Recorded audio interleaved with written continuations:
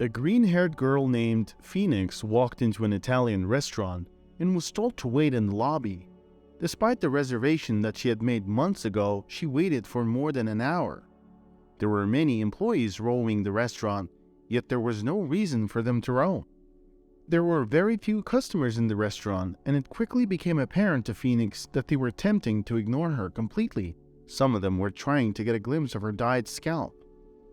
The employees' eyes gleamed with mischief, and they walked past her in groups as they whispered mean things about her. The blonde, tall, and proper young beauty named Daisy eyed Phoenix with disgust and a curled lip. Daisy has worked in the restaurant for the past 6 months, and she was so proud of her place of work. "Look at her. She looks like she's got seaweed on her head," said Daisy. "She's growing a garden from that nasty scalp," said Jake, another waiter. After an hour of patiently waiting, Phoenix saw a lavishly dressed woman with a man in a suit enter the restaurant. A waiter immediately approached them and led them to one of the tables. Phoenix raised an eyebrow. She'd made a reservation and she'd been waiting for an hour. She was starving. Excuse me? I have a reservation?" This was a prestigious dining area, and it was very difficult to get a reservation. When they saw that a green-haired woman with no makeup and ragged clothes entered the establishment, they assumed that there had been some mistake. Perhaps this woman was homeless and confused, they thought, but they were still trying to figure out how to act. The place was so upscale, and they didn't even have any guards to escort her out. Conflict and chaos simply did not occur in establishments like these. Finally, Daisy approached holding a list. She was confident the beggar's name was not on their exclusive list. "Name," Daisy drawled with repulsion. "Phoenix?" To Daisy's surprise, Phoenix's name was on the list, and written with an asterisk next to it. "Un viaggio in Italia" only reserved these asterisks for the most important of customers. The waitress was certain that the psycho murdered Phoenix, saw the reservation on her calendar, and showed up in her place. "I need to see some form of identification, ma'am." Phoenix took a step back. She was baffled. She had been to this restaurant many times in the distant past, and they had never asked for her identification before. They hadn't asked the customer before her for identification either, so it wasn't as if their policies had changed since the last time she'd been here. Considering the amount of time that she'd been forced to wait and endure their insults, she had hoped that they'd at least seat her quickly now that they'd found her name on the list. "I haven't seen you ask for anyone else's identification. I give you my name and I've been here many times before." Daisy laughed, and her shrill laugh rang throughout the restaurant. The customers that were seated watched, and they treated it like a dine-in theater. Everybody was interested in what the waitress would do to this woman, who clearly did not belong in a restaurant like this. "Miss, I can assure you that you have not been here before. I would have remembered someone like you. Now, I must see identification, or I'm going to have to ask you to leave, and then promptly call the authorities to report identity theft." Phoenix couldn't believe it. She'd been going here for years. She knew most of the waiters, but they didn't recognize her due to her disheveled state. Despite her ruined pride, she removed her license from her pocket and handed it to Daisy. She was too hungry to argue with her. It was dinner time, and it was her first meal of the day. Daisy arched a perfectly trimmed eyebrow, and she blinked confusedly at her license. Phoenix stared directly at her, and she hoped that she'd received the apology that she deserved, but instead, the woman shrugged and let her through. "Perhaps if you'd come here dressed like your license photo, we wouldn't have had so many issues." "Keep that in mind for next time, darling," said Daisy with a tense smile. Phoenix hung her head low as the customers whispered and pointed at her. Not a single one of them attempted to hide their interest in her. There were many waiters that were free to attend to her, but they pretended not to notice her, and she was forced to seat herself. She looked down at her attire. She wore a ripped white shirt that had scuff marks on it, and green cargo pants with paint stains on them. There were a pair of broken yellow sandals on her dirty feet. Her stomach grumbled, and she searched the restaurant for a waiter that would meet her gaze. Eventually, she found one and she waved him over. The waiter, Jake, walked over to her slowly, with contempt written across his face. The young lanky man shook his head with a smirk. "What are you gonna order? A glass of water with a piece of lettuce?" I'm afraid prices here might overwhelm you. In other words, I don't think you can afford anything here." Phoenix clenched her jaw and hardened her gaze. "My meal has already been paid for. On the list, there is an asterisk next to my name, and that is the reason for it. You didn't even provide me with a menu, but I have been here before, so there is no need. I'd like the nachi with a side of garlic bread. In addition to that, I would like a margarita pizza medium." Jake had no reason to not believe her, as they would not have allowed her into the VIP section if she wasn't a VIP guest. But what concerned him was the amount of food that she was ordering. There had to have been someone else on the way who would share the food with her. Perhaps it would be one of those rich men who were attracted to poorer females that they could take advantage of. She was definitely homeless and unable to afford their services, yet her food had already been paid in advance. Who had paid such a large sum for this ugly and smelly woman? Due to his fear that an older, rich man would show up and complain that he hadn't served his lady, Jake nodded promptly and fetched Phoenix her food. On his way back to the kitchen, Jake was stopped by his manager, Vinny. The hairy, buff Italian had been watching Phoenix from a distance and analyzing whether she was a threat or not. "What are you doing? Bringing that freak her food? She's on the VIP list?" Vinny stared at Phoenix and shook his head resolutely. The woman was dirty and she was wearing ripped, smelly clothing. It simply was not good for business. "Give her the food in a couple of takeout boxes and get her out of here," ordered the cruel man. "She's stinking up the place." Jake sighed with relief and did exactly what Vinny said. He was not used to dealing with what he called such a low-class customer. The customer had been quite kind to him despite the circumstances, but in their eyes, she was ferociously ugly. Her hair was a stingy neon green, she was covered in dirt, and she had extremely plain features. The customers that Jake often dealt with were rich and beautiful, and that made customer service worth its many struggles. Jake approached the table with brown takeout boxes and a smug smirk. Phoenix had waited for her food for 2 hours by now, and her stomach was in knots when she saw her food in boxes. She knew exactly what it was, but she asked anyway to confirm her suspicions. "What is this?" croaked Phoenix as she pleadingly looked up at Jake. Jake looked at her without a hint of remorse and said, "I'm gonna have to ask you to leave, ma'am. We don't tolerate your kind of people here." Phoenix couldn't believe it. She had grown up in this establishment, and now that her circumstances weren't as favorable as before, the same people that had treated her with so much kindness were now treating her like a stranger. The only thing that was noticeably different about her was her appearance. Yet it seemed that to them, it was the only thing that mattered. They had not loved Phoenix for who she truly was at her core.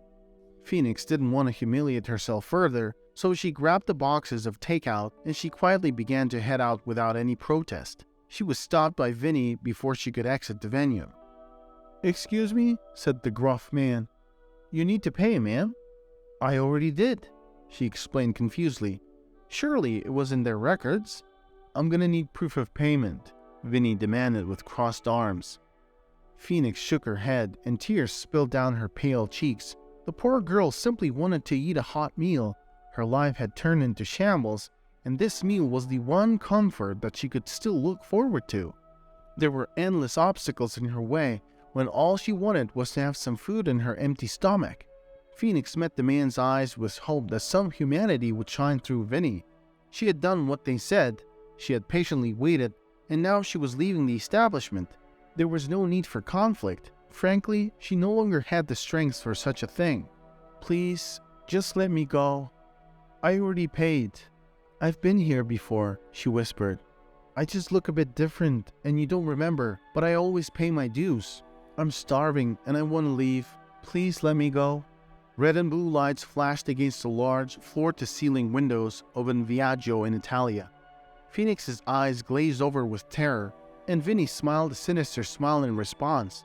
He'd called the cops the moment that this beast of a woman had entered their establishment. They had worked extremely diligently to ensure that their restaurant was a place of value and class. They had never had a homeless, poor, and dirty person into their restaurant before. If they allowed this to slide, then it would encourage more homeless people like her to hang around their area, and this would cheapen the place. They had to nip this in the bud before it progressed. He was certain that there was a record of her payment.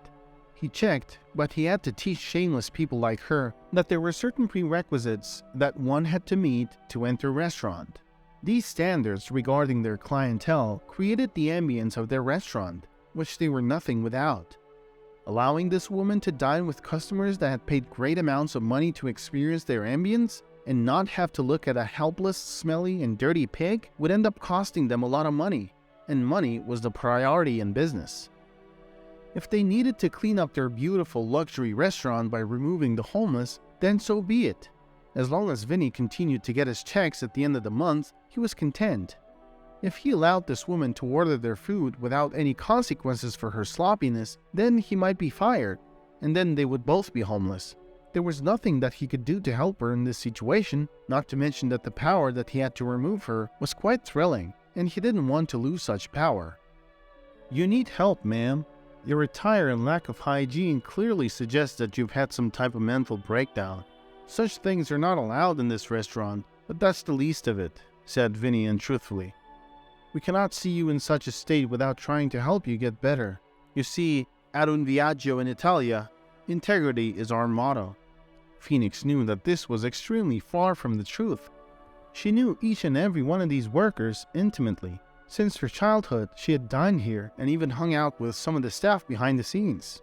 She had silently watched as staff members ridiculed customers and analyzed their every move with scrutiny. The gossip that they circulated brought them heaps of pleasure. Phoenix had never participated in their cruelty, and she often found it to be wrong, but she never fully understood her feelings because she had never been bullied herself. All she knew was her placement with the elite, which she had inherited. Now that she was no longer in their inner circle, she fully saw just how unjust their wealth and subsequent judgment was. She was certain that they were not doing this because of their values. They were enjoying the humiliation, despite the kindness that she'd shown them and the history that they shared. She couldn't have been more humiliated as the police officer handcuffed her and dragged her away. At the end of the day, she didn't even got to enjoy the food that she paid for. She was forced to be driven away in a squad car as the appetizing and hunger-inducing smells of the restaurant faded away. The only thing that she could do was think there had to be a way out of this. The only way to find a solution to all of this was going back to her roots. Phoenix had grown up rich, but her life hadn't been as happy as it seemed. Outsiders saw the facade that had been carefully built for her. She had every object that money could buy, an incredible education, and a large circle of friends. The reality was quite the opposite. Her parents hadn't inherited their wealth, and they were forced to work endlessly to keep up with their spending habits. Her parents were obsessed with other people's perception of them. Therefore, the loss of their fortune signified the loss of their worth. Their extreme poverty and their difficult rise of it left them scarred, and these unhealed wounds led to them abusing Phoenix. They were so terrified of her experiencing poverty that they were extremely hard on her, and they withheld their affection in an effort to harden her demeanor for business purposes. Their efforts to maintain their wealthy appearance kept them away from home for the majority of the time. Phoenix was raised by a nanny, and the few times that her parents were at home, their interactions weren't positive. In her parents' eyes, Phoenix was never enough, and she would never possess what it took to maintain their fortune. They called her many things, such as stupid, ugly, and pudgy, and they never had a kind word to say. While most parents encouraged their children to persevere in life, Phoenix's parents degraded her and convinced her to settle because they didn't believe that she was capable of any significant success. They showered her with love when in public, but in private, they encouraged her to marry rich and take up as little space as possible. This completely warped her perspective on reality and her sense of self. The truth was that Phoenix was not ugly. She was so beautiful that even at her worst, she was not ugly at all. There was nothing she could have done to be enough for her parents, because her parents were not even enough for themselves. Eventually, Phoenix got married to the man of their choice, and she spent her days cleaning and cooking for her husband. This marriage was not based on love. Their respective families simply liked the prospect of their union, and they arranged their marriage. Her husband Chris only agreed because her family possessed significant wealth that he could take advantage of. He wasn't attracted to her in the slightest. In fact, he was secretly in the closet. Chris did not enjoy women at all, not even a beautiful girl like Phoenix, and he'd often drink the pain of a secret away. Chris was never sober. He used drugs, drank, and spent time with other men rather than spend time with his beautiful wife. The few times that he did come home, he launched abusive insults at her. "You're disgusting, fat piece of shit, and you belong in the kitchen. You're so incredibly lucky that I settled for you." These were the kind of things that her husband would say to her, and they barely affected her because these insults were quite similar to the way that her parents spoke to her. It was all that she knew until she met a girl named Carmen. One day while shopping, she bumped into Carmen, and they shared a few laughs upon noticing that their shopping carts had identical items in them, down to their placements. They exchanged numbers and they became very close over time. Carmen was the very first person that Phoenix told of the abuse. Carmen told Phoenix quite clearly that the way she was being treated was not permissible, and they worked together to find an escape route for her. Carmen treated Phoenix the way that she deserved to be treated, with a lot of kindness and respect, and she showed her how to love herself properly. With time, she healed enough to find a way out of her predicament. Phoenix divorced her husband and blocked her parents from her life, but this came with great consequences. Her parents hadn't allowed her to receive an education, and she fully depended on her parents and husband to provide her income. Now that she was on her own and didn't communicate with her parents, she had nothing to her name and no degree that she could get a job with. The little money left after the divorce was gone too. She was living on the streets because all the homeless shelters were full. The last few months had been spent searching for a job to no avail. It was a tight job market and she had no skills. She had depended on others for so long and she didn't know how to provide for herself without help. But she felt too ashamed to admit this to her only friend Carmen. Carmen had shown her in many ways that she was capable and she didn't want to disappoint her, and so she made do with the little money that she had left until she had nothing at all. The restaurant reservation had been made months ago, before life took a drastic turn for Phoenix. Now it was the only thing left from her luxurious life, and it broke her heart that after so much struggle, she couldn't even enjoy that. She had to walk for several hours in the ceaseless heat to arrive at the restaurant. She hadn't spoken to Carmen in months, but she had no choice. All of her friends had been placed in her life by her parents, except for her. Now that she cut them off and lost the financial prosperity that was attractive to her friends, she had nobody else that could bail her out. There was nothing else that she could possibly do. There was nobody else to go to. With a heavy heart, she called Carmen. "Hey, what's up, P? I haven't heard from you in forever. I miss you, dude," said Carmen. "I'm in jail. I tried to get food at Un Viaggio in Italia, and they called the cops on me because I came in looking like I'm homeless, which I am. It's a long story." Phoenix glanced at the inmates behind her that were waiting to use the phone, and she sighed. Carmen gasped, but not at what Phoenix had expected. "You went to Un Viaggio in Italia? Phoenix, you gotta be kidding me. That's what caught you by surprise? Carmen, I'm in jail."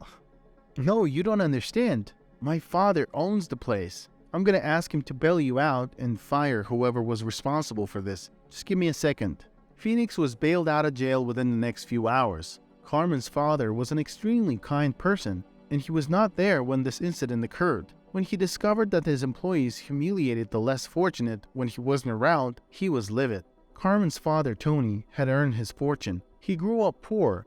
He knew exactly what it felt like to go hungry and be desperate for help, and he would have no part in harming Phoenix in the same way that he had been harmed. When Phoenix was bailed out, Carmen hugged her friend without any care as to her disheveled state. She was simply glad to see her. Phoenix told Carmen the whole truth that evening, while in the background of their heartfelt conversation, Carmen's father scolded Vinny, Daisy, and Jay. His two former employees stood there, and they shook with shame just as Phoenix had when they humiliated her. "You three are despicable. You bullied her and kicked her out. She was a paying customer. This is completely unacceptable. Apologize to her right at this instant and get the hell out of my restaurant." Phoenix watched as Vinny, Jake, and Daisy's eyes collectively flashed with terror. It reminded her of how she'd felt when she'd cut her financial support off. They lived in a very difficult economic period, and she wouldn't wish homelessness on anyone. She had lost everything, but she had sworn long ago to never harm anyone, and this was no exception. She would never allow herself to be as cruel as her parents. She needed to find a way to guarantee that they learned their lesson, yet maintained the ability to pay their bills. This wasn't just about them, this was about any family member of theirs that might become involved in this mess. I have an idea. Perhaps we can turn this into a learning opportunity. I could make a training course that will ensure that your employees don't mistreat any customers, and they can give them testimonies as to the consequences and what they learn from this. Tony believed this to be a good idea, but he was skeptical. But Phoenix, do you think you're qualified to teach a course like that? Phoenix stared at the ground dejectedly. He was right. She had no qualifications to speak of, but Carmen had a different opinion. Her friend hadn't studied much, but she possessed life experience that was much more important. This could be an opportunity to use those experiences in exchange for something more valuable. Dad, she may not have the qualifications, but she has personally experienced mistreatment and homelessness. She knows it much more intimately than anything a textbook can teach her. You don't even have to pay her either. Just fund her studies in exchange for the course. Phoenix stared at her friend with incredulity. What made her believe that her father would do such a thing? It was way too generous of a prospect.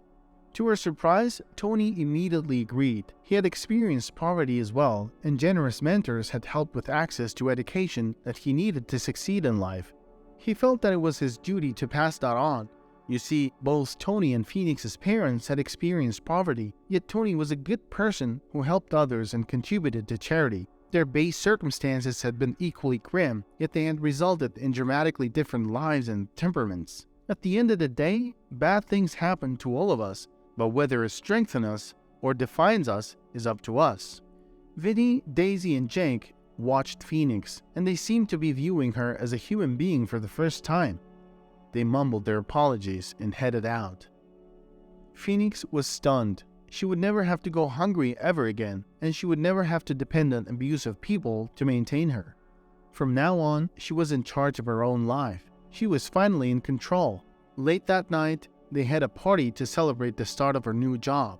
There was only one rule for the dress code. Everyone had to wear green wigs, so that Phoenix would no longer feel like an outsider. Little did they know, she dyed her hair green because her hair was falling out due to malnutrition, and the green dye was the only thing that could hide her hair loss. In the end, Tony decided to allow Phoenix to live with them in their spacious house, and he funded her studies. She reminded him of a younger version of himself. She was unfortunate, yet she was kind and patient to everyone that she met, and he admired this greatly. Tony knew that she deserved for all of her struggles to be worthwhile. When Phoenix joined their household, she cooked for them many times. Ironically, Tony was often too busy managing his restaurants to cook. Phoenix's culinary talents were clear from the start, and Tony suggested that she go to culinary school rather than college. Phoenix was kind, beautiful, and intelligent. She was good enough for Carmen and Tony. The love and support that she received from them bolstered her confidence, and she blossomed into the best version of herself. Tony personally trained her, and she spent the next few years in culinary school. Under Tony's mentorship, she became an excellent chef. Between her kindness, intellect, and talent, she was destined to open her own restaurant one day. She eventually did that, and she ensured to hire as many less fortunate people as possible. A third of her proceeds were donated into a homeless shelter fund, and she eventually opened her own shelter as well. Business was booming due to her excellent leadership skills, and that shelter was funded quite quickly. Before all of this, she labored to transform Tony's restaurant for the better. She wanted to ensure that nobody suffered mistreatment the same way that she had. Once they personally interacted with her, Vinny, Jake, and Daisy realized that she wasn't so bad after all. It became clear to them that financial circumstances did not determine character. They all made sure to undo their mistakes. In fact, they managed several of Phoenix's restaurants many years later. She hired them to make sure that her restaurant chain retained the integrity that she valued. She trusted them because she had personally taught them the importance of integrity in the past. They developed a stable partnership and trust for each other. To top all of it off, Phoenix encountered her parents at her main restaurant one day. They apologized and explained that they decided to attend therapy in order to better themselves before reaching out to her. Now that their wounds were healed, her parents were completely different people. They loved Phoenix for who she was, and they proved to her that they deserved another chance. Phoenix had two different support systems now, Tony's family and her own biological family. She finally felt loved. In the end, the universe rewarded Phoenix for her integrity and her kindness.